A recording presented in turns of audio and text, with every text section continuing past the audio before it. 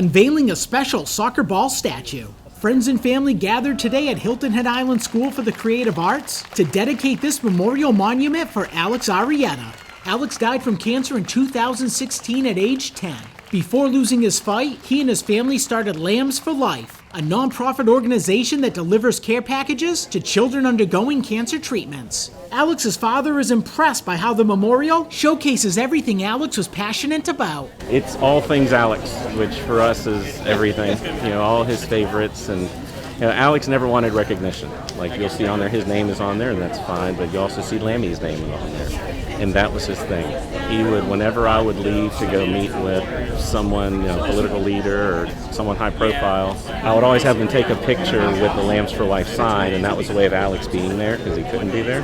And so I'd come back, look, buddy, I just met with this person. And he would just say, so does that mean Lammy's more famous now? Yes, that's what it means.